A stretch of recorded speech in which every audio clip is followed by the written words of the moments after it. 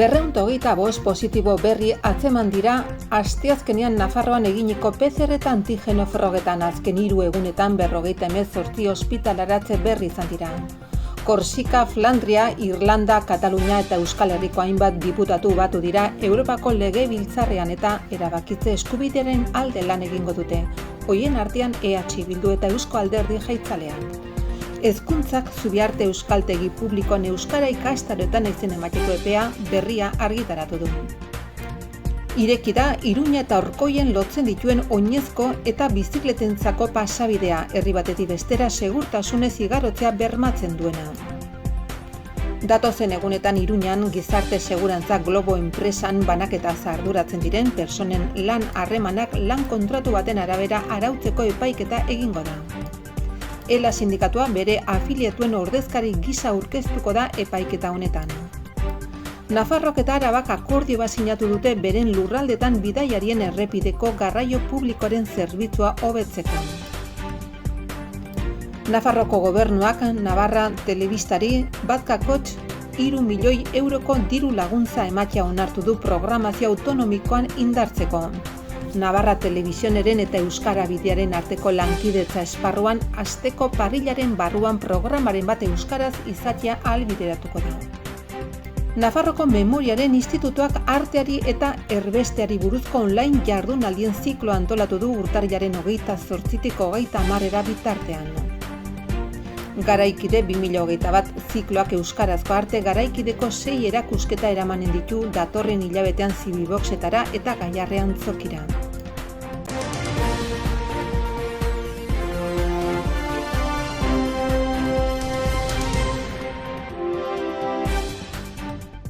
Asteazkenean 3.091 PCR eta antigeno frogak egin ondoren Nafarroan 225 positibo berri atzeman dira. Positibotasun tasa 7,3 dago une honetan. Iturrama eta Noainen erregistratu dira oraingoan 10 positibo berri Arrotxapea, bigarren Zabalgunean eta Barainainen, 9 kasu eta Donibane auzoan 8. Hainbat autonomiek etxeratze agindua 8tara aurreratzeko eskaera egin dute. Javier Remírez, Nafarroko gobernuko presidente ordeak azaldu duenez, Nafarroak ez du trabari jarriko aukera hori zabaltzeko, aukera bada eta ez bete beharra. Izan ere, Nafarroko gobernuak ez du etxeratze agindua aldatzeko asmorik. Etxeratze agindua aurreratzea ez dago beraz gobernuaren lehentasunen artean eta hasiera 11etan mantentzearen alde agertu da.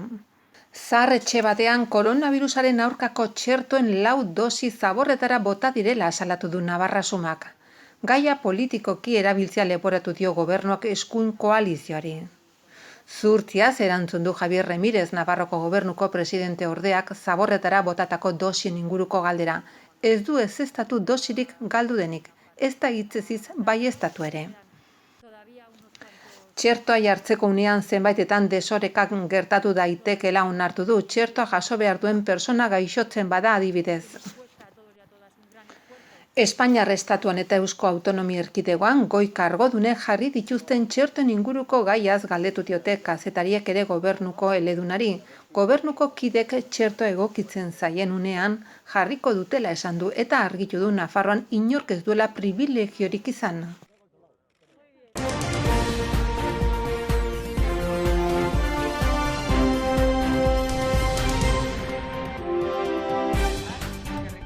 Fernando Barrenak EH Bilduren izenean Izaskun Bilbao, Eusko Alderdi Jeltzalearen izenean François Alfonsik, Regions de Pueblos Solidarios, Chris Macanaus Sinn Feinekoa, Toni Comín, Clara Ponsait eta Puigdemont, Junts per Catalunya eta Diana Ribak eta Jordi Solek ERZ-tik erabakitzeko eskubidearen aldeko kaukus bat osatu dute Europako Legebiltzarrean.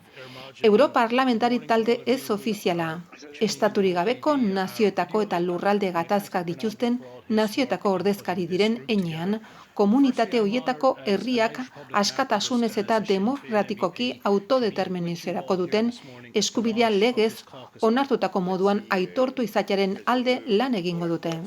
Bide batez nabarmendu dute Europako hainbat komunitate nazionalek antzeko erronkak izan dituztela, estatus legal politikoa berrikusi eta erabaki demokratiko baten bidez eraldatzeko.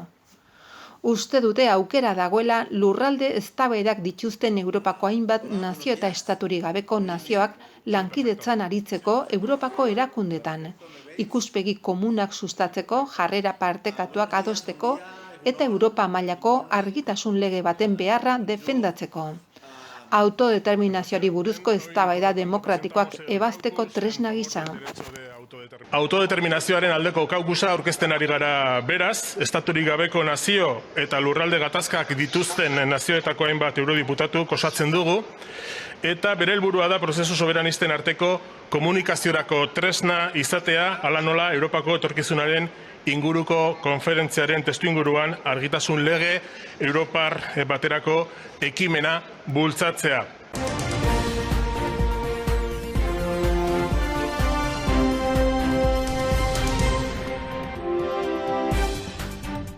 Nafarroko Gobernuko Hezkuntza Departamentuak Zubiarteko Euskaltegi publikoan antolatutako euskara ikastaroetan izen emateko epea berria argitaratu du ikasturtean zehar martxan diren taldetan sortu diren hutsuniak betetzeko asmoz. Interesa dutenek urtarrilaren 20-tik 25 eman dezakete izena maila guztietako ikastaroetan. Euskara bizigai ziurtasun osoz lemapean, euskaltegiak aurten maila guztiak eskaintzen ditu A1, A2, B1, B2 eta C1. EGA eta C1 mailako azterketak prestatzeko ikastaro berexia ditu. A1 hasiera taldea ere badago, B2 mailan mintzamena lantzeko berariazko ikastaroa zein hainbat kanpo talde. Euskaltegiak aurten eskaintza zabaldu du eta ohikoak diren ikastaro ez gain 2 ikastaro berri eskainiko ditu modalitate mistoan. EGA C1 mailan, klase presentzialak eta ikasgela virtualean eta C1 mailan 4 orduko ikastaroa asteko egun bakar batean. Oro har, saioak aurrez aurrekoak izanen dira, baina osasun egoeraren arabera edota beharrezkoa bada, etxetik bertatik egiteko aukera izanen dute ikasleek ikasgela virtuala erabiliz, beti ere segurtasun osoz. Informazio osoa Euskaltegiaren web orrian aurkitu daiteke eta izen ematea online egingo da. Aurrez aurre egin nahi izanez gero, 848 43 10 telefonora deitu behar da hitzordua eskatzeko edo Euskaltegiko postara idatzi. Unibertsitatekoak ez diren irakaslek ikastaro hauek egin ahal izango dituzte eskola ordutegitik kanpo eta dohainik Hezkuntza Departamentuko prestakuntza planaren parte baitira.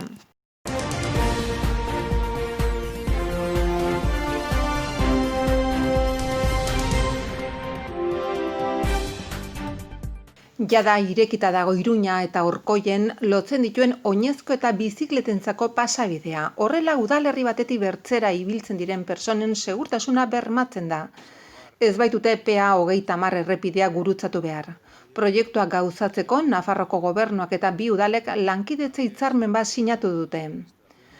Bisitatu dituzte lanak Iruñako alkatea Enrique Maiak, Lurralde Kohetsiorako kontseilaria Bernardo Zirizak, Orkoiengo alkatea Carlos Arronizek eta Iruñako naiz Orkoiengo udal taldeetako zenbait ordezkarik. Lankidetza hitzarmenarekin bat Iruña eta Orkoienen artean PA 30 errepidearen gaineko oinezkoendako pasabidea bide segurtasunari loturiko azpiegitura proiektuaren lanak egiteko hasierako aurrekontua aurreikusi 750.183 eurokoa izan da beza barne eta desjabetze lanak eta hoien zuzendaritza barne hartu ditu. 3 administrazioen artean egin da inbertsioa. Nafarroko Gobernuak 49% jarri du, Iruñako udalak 22,6 eta Orkoiengo udalerriak 17,6. Lanen amaierako kostua 532.202 euro izan da beza barne eta 4 hilabetean egin dira. Jarduketa osorik Iruñako udal mugartean egin bada ere, oinezkoen joan etorriak ahalbidetzen ditu hiriburuaren eta Orkoienen artean. 2 udalerrietako biztanleak dira azpiegituraren interesdun nagusiak.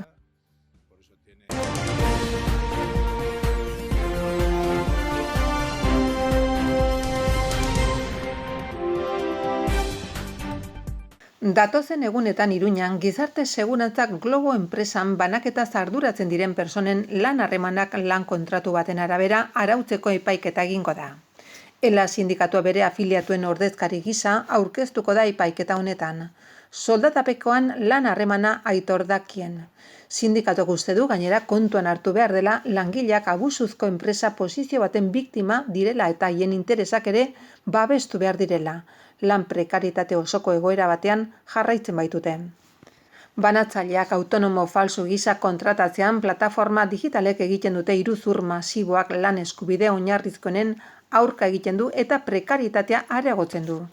Ela sindikatuak exigitu du lan harremana aitortzen denean langilek bidegabeki ordaindutako kuotak itzultzea autonomo izatera behartu baituzte. Era berean, enpresak ordaindu beharko lukeen gutxieneko soldata bermatua aitortu beharko zaie.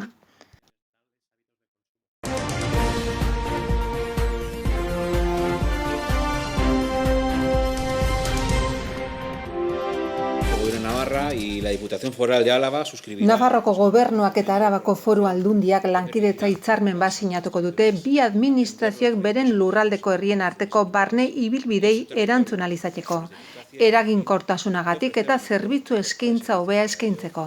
Horretarako Foru Gobernuak hitzarmen horren testua onetsi du. Gogoratu behar da, orain arte Nafarroa eta Araba arteko bidaiarien errepide bidezko garraio publiko erregularreko emakida bakoitzaren kudeaketa ibilbidearen zatirika igarotzen den lurraldeko administrazioak duela esleitua. Esate baterako hori gertatzen da Iruña eta Gasteiz arteko emakidetan. Nafarroaren kasuan eta Bilbo, Gasteiz, Iruña eta Araba erdialdeko emakidei dagokionean Arabako Foru Aldundiaren kasuan. Nafarroak kudeatutako emakida batzuetan Arabako lurralde historikoko herrien arteko barne trafikoak sartzen dira. Hitzarmena datozen egunetan sinatuko duten Nafarroko lurralde kohetsiorako kontseilaria Bernardo Zirizak eta Arabako Foru Aldundiko bide azpiegituretako eta mugikortasuneko foru diputatua den Blanca de la Peñak. Horrela, hitzarmenaren bitartez administrazio bakoitzak planifikatu eta hobetu ahal izango du bidaiarien errepide bidezko garraio publiko erregularraren zerbitzua, bertako bizilagunen mugikortasun premia kontuan hartuta. Zehazki akordioari esker, Nafarroak honako herri hauen arteko bidaiarien igarobideak kudeatu ahal izango du. Iruña eta Irurtzun, Uharte Arakil, Lakuntza Etxarriaranaz, Urdiain, Alsasu eta Olazti artekoa, bi noranzkoetan eta herri hoien eta Gasteiz hiriaren artekoa. Modu berean Iruña eta Gasteiz arteko ibilbideak kudeatzeko ardura izango du, egun Arabak naiz Nafarroak egiten dituzte kudeaketa lanak. Halaber, Arabako Foru Aldundiari egokituko zaio Agurain eta Gasteiz arteko bidaiarien errepide bidezko garraio publikoaren zerbitzua kudeatzea. Bi noranzkoetan, zerbitzu hori orain arte Nafarroak hartatzen du Iruña Gasteiz emakidenaren bitartez. Hitzarmena indarrean sartuko da Nafarroak kudeatutako Iruña Gasteiz emakiden berrikuntza edo Arabako Foru Aldundiak kudeatutako Bilbo Gasteiz Iruña emakida berritzen amaitzen denean. La gestión de cada una de las concesiones de transporte público regular de viajeros por carretera entre Navarra y Álava.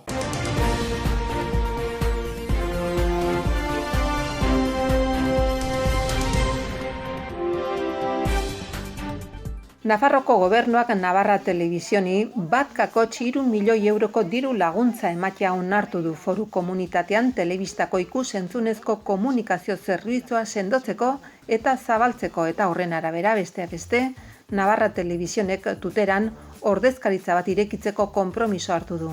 Nafarroko bigarren herrigune garrantzitsuena delako. Diru laguntza emateko onarpena datozen egunetan berretziko da, Nafarroko gobernuak eta Navarra Telebizionek hitzarmena sinatzen dutenean. Programazioaren parrilan islatuko diren beste neurri batzuen artean, Navarra Telebizionek informazio zerbitzuk indartzeko konpromiso izango du hitzarmen honekin, deszentralizazio geografikoa bereziki azpimarratuz, foru komunitateko lurralde guztietako gaurkotasunaren berri emateko, eta ildo horretan, tuteran, Nafarroko bigarren biztanlegunean delegazio irekitzea erabaki du, herriberan gertatzen diren albisten berri emateko batez ere.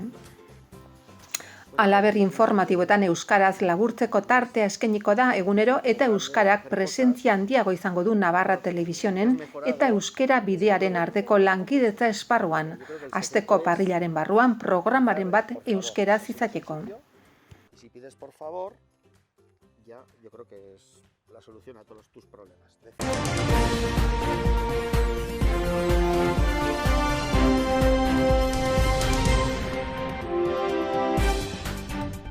Nafarroko Memoriaren Institutuak online jardunaldien zikloa antolatu du urtarrilaren 28, 29 eta 30. Jardunaldi horietan erbestean bizi izan zen Gerardo Lizarraga artista nafarraren bizitza eta obra izango dira Gerra Zibilaren osteko erbestealdiaren prozesuaz, arteaz eta konzentrazio esparruetan sortutako arte adierazpenez hausnartzeko harira.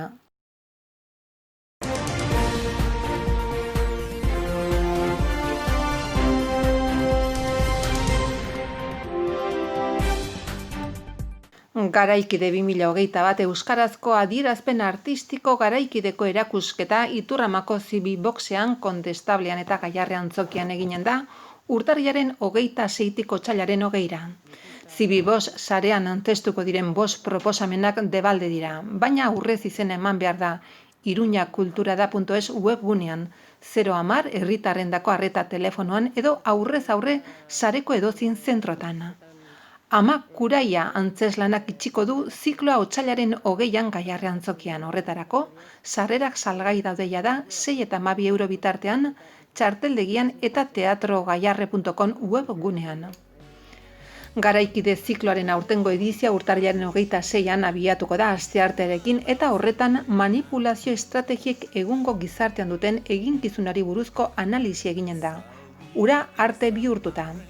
Petxi eta Arkaizkano artistek Ana Galarragaren laguntzarekin estrategia hoien inguruko solasaldia eginen dute eta manipulazio estrategiak pentsamendua, poesia eta musika uztartzen dituen proiektua aurkeztuko. Ikusleen hausnarketa bilatzeko asmoz. Horrez gain Petxi kantautoreak zuzenean joko du diskoko zenbait abesti. Jarduera Kondestable Zibi-boxean izanen da arratsaldeko 7:30. Ailu beltzen pantaietan